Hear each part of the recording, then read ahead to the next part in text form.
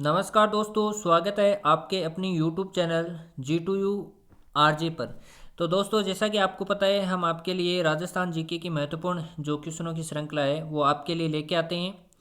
तो क्लास से जल्दी जुड़ जाएं और जिन दोस्तों के साथ में अगर शेयर भी नहीं किया है तो उनके शेयर कर दें। क्लास को ज़्यादा से ज़्यादा शेयर करें ताकि उनको भी इस महत्वपूर्ण श्रृंखला का फ़ायदा है वो मिल सके दोस्तों। और क्लास को शुरू से लेकर अंत तक जरूर देखें क्योंकि बहुत ही महत्वपूर्ण जो क्वेश्चन है वो हम आपके लिए लेके आए हैं। तो क्लास को जल्दी से जल्दी स्टार्ट करते हैं और पहले क्वेश्चन की ओर यहाँ पर चलते हैं हम। तो पहले क्वेश्चन की यहाँ पर हम बात करना चाहेंगे दोस्तों, बहुत ही महत्वपूर्ण क्वेश्चन है। राजस्थान के क्षेत्रफल के कुल कितने प्रतिशत क्षेत्र पर आंतरिक प्रवाह प्रणाली पाई जाती है। मतलब हम बात कर रहे हैं तो आंतरिक जो नदियां हैं यहाँ पर, इन नदियों की हम बात करेंगे। आंतरिक नदियों के तहत जो क्षेत्र आता है वो कितना है। तो पहला ऑप्शन है यहाँ पर 76.09। इसके बाद में दूसरा ऑप्शन है 60.20। इसके बाद में तीसरा ऑप्शन है 11 और चौथा ऑप्शन है यहाँ पर 76.11। तो इसके करेक्ट आंसर की ओर चलते हैं दोस्तों और करेक्ट आंसर की यहाँ पर बात करना चाहेंगे। तो इसका करेक्ट आंसर होगा दोस्तों पहला 76.09% है वो क्षेत्र आंतरिक प्रवाह प्रणाली के अंतर्गत आता है। इसके बाद में दूसरे क्वेश्चन की यहाँ पर बात करना चाहेंगे। तो दूसरा क्वेश्चन भी बहुत महत्वपूर्ण है दोस्तों, बात कर लेते हैं दूसरे क्वेश्चन की यहाँ पर।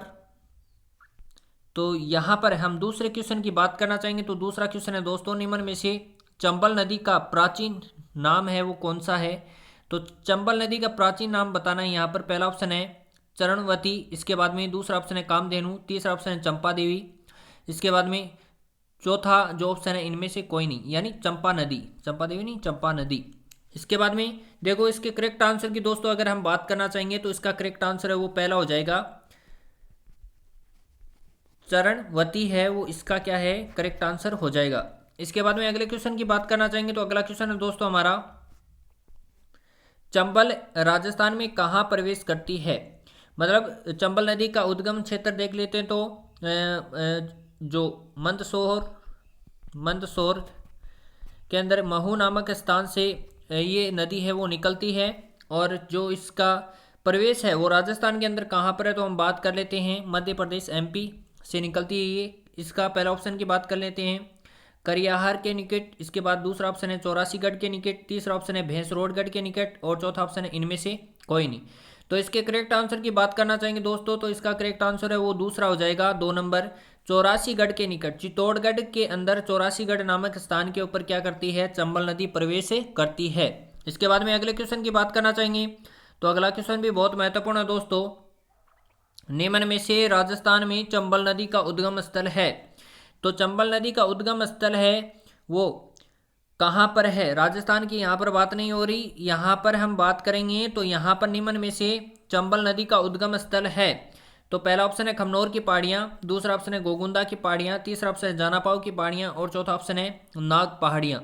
तो इसका करेक्ट आंसर की हम दोस्तों बात करना चाहेंगे। तो इसका करेक्ट आंसर है वो हो जाएगा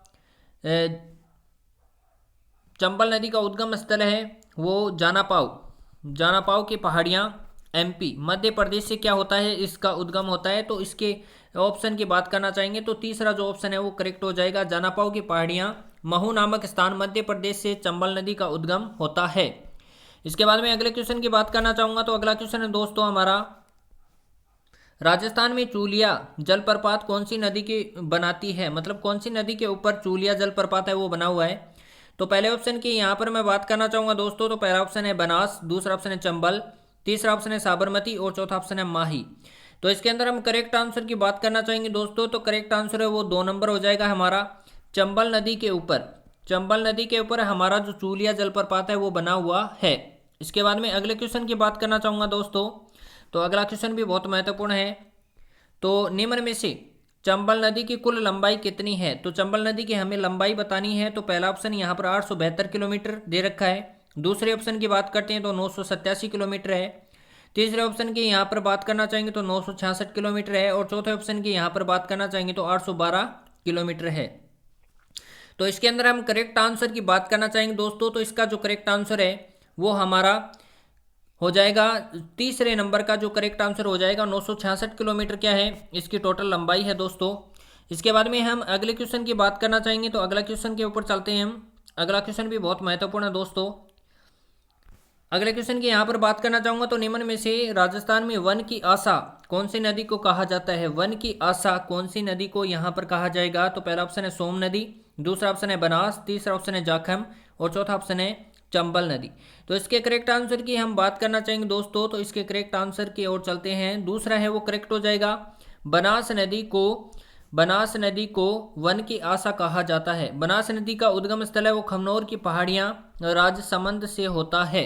इसके बाद में अगले क्वेश्चन की बात करना चाहूंगा दोस्तों, तो अगला क्वेश्चन भी बहुत महत्वपूर्ण है।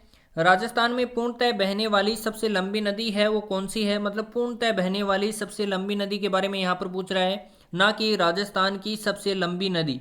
यहाँ पर आपको पूर्णतः के ऊपर ध्यान देना है ज़्यादा। तो पहले ऑप्शन की ओर चलते हैं चंबल नदी, दूसरा ऑप्शन है बनास, तीसरा ऑप्शन है बेडच और चौथा ऑप्शन है माही नदी। तो इसके करेक्ट आंसर की बात करना चाहेंगे दोस्तों, तो इसका करेक्ट आंसर है वो बी हो जाएगा। पूर्णतः बहाव की दृष्टि से राजस्थान की सबसे लंबी नदी है वो बनास है। जबकि वैसे आपको पूछा जाए कि राजस्थान की सबसे लंबी नदी कौन सी है, तो वो हो जाएगी हमारी चंबल। वैसे पूर्णतः बहाव की सबसे लंबी नदी बनास। इसके बाद में अगले क्वेश्चन की बात करना चाहूँगा, तो अगला क्वेश्चन है दोस्तों हमारा, अगले क्वेश्चन की ओर चलेंगे, बहुत ही महत्वपूर्ण है। यहाँ पर नदी का उद्गम पूछ रखा है, तो निम्न में से राजस्थान में बनास नदी का उद्गम स्थल है, मतलब बनास नदी का इसमें से उद्गम स्थल बताना आपको, जो मैंने पहले भी आपके सामने इसका जिक्र कर दिया दोस्तों। तो पहला ऑप्शन है खमनोर की पहाड़ियाँ, दूसरा ऑप्शन है नाग पहाड़ियाँ, तीसरा ऑप्शन है जानापाव की पहाड़ियाँ और चौथा ऑप्शन है गोगुंदा की पहाड़ियाँ। तो इसके करेक्ट आंसर की दोस्तों बात करना चाहूँगा, तो इसके करेक्ट आंसर आपको पता चली गया है। तो इसके करेक्ट आंसर की बात करना चाहूँगा, तो पहला जो ऑप्शन है वो करेक्ट हो जाएगा खमनोर की पहाड़ियाँ, जो कि कहाँ पर पड़ती हैं? राजसमंद के अंदर। खमनोर की पहाड़ियाँ राजसमंद के अंदर जो हमारी बनास नदी है इसका उद्गम स्थल है।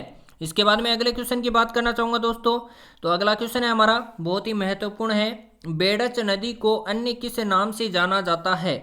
तो बेडच नदी को अन्य किस नदी के नाम से जाना जाता है? तो पहला ऑप्शन है कामधेनु, दूसरा ऑप्शन है चरणवती, इसका तीसरा ऑप्शन है आयड और चौथा ऑप्शन है वन की आशा।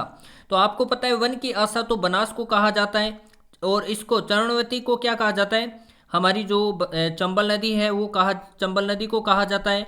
तो बचे हमारे पास में दो ऑप्शन, पहला कामधेनु और दूसरा आयड। तो इसके अंदर हमें देखना है कि इसका जो करेक्ट आंसर है वो कौन सा होगा दोस्तों। तो करेक्ट आंसर की यहाँ पर बात करना चाहेंगे, तो तीसरा है वो करेक्ट आंसर हो जाएगा आयड। बेडच नदी को आयड नदी के नाम से जाना जाता है। इसके बाद में हम आगे की बात करते हैं, तो अगला जो क्वेश्चन है वो भी बहुत महत्वपूर्ण है दोस्तों। अगले क्वेश्चन की यहाँ पर मैं बात करना चाहूँगा, तो आना सागर झील के पूर्व में जहांगीर ने एक उद्यान का निर्माण कराया था। वर्तमान में इस उद्यान का नाम क्या है? बहुत ही महत्वपूर्ण क्वेश्चन है दोस्तों।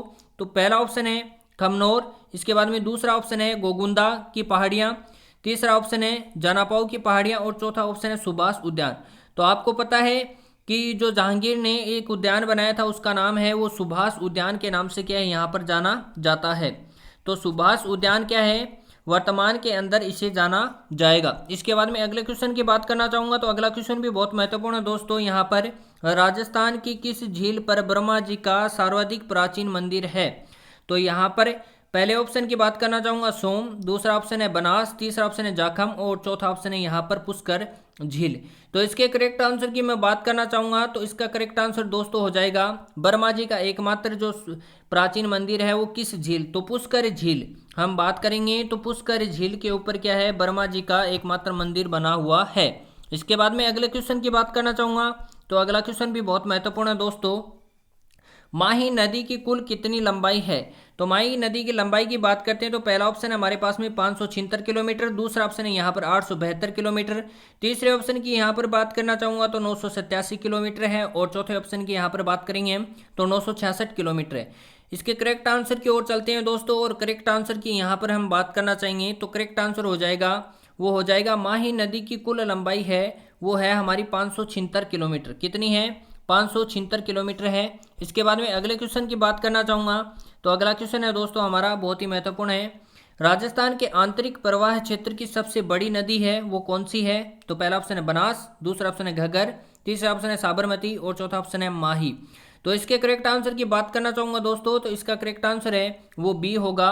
घग्गर नदी है वो आंतरिक प्रवाह की सबसे बड़ी नदी के रूप में जानी जाती है। एक बार 13 का क्वेश्चन दोबारा देखते हैं दोस्तों कि यहाँ पर माही नदी की कुल लंबाई पूछी है। तो यहाँ पर 576 नहीं होगा, यहाँ पर 987 किलोमीटर है वो टोटल हो जाएगा। यहाँ पर माही नदी की कुल लंबाई है वो 987 किलोमीटर होगी। इसके बाद में अगले क्वेश्चन की बात करना चाहूँगा। तो अगला क्वेश्चन है हमारा लास्ट क्वेश्चन, देखते हैं। राजस्थान के किस झील से तैयार किए गए नमक में 98% तक सोडियम क्लोराइड पाया जाता है? तो पहला ऑप्शन है पिछोला झील, दूसरा ऑप्शन है सांबर झील, तीसरा ऑप्शन यहाँ पर होगा डिडवाना झील, और चौथे ऑप्शन की यहाँ पर बात करना चाहेंगे तो पंचभद्रा झील। तो इसके करेक्ट आंसर का जो आप इसका जो आंसर का जवाब है वो ज़्यादा से ज़्यादा कमेंट बॉक्स के अंदर दें। अगर चैनल को सब्सक्राइब नहीं किया है तो चैनल को ज़्यादा से ज़्यादा सब्सक्राइब करें, बेल आइकन को प्रेस करें ताकि आगे आने वाला वीडियो आप तक पहुँच सके। धन्यवाद।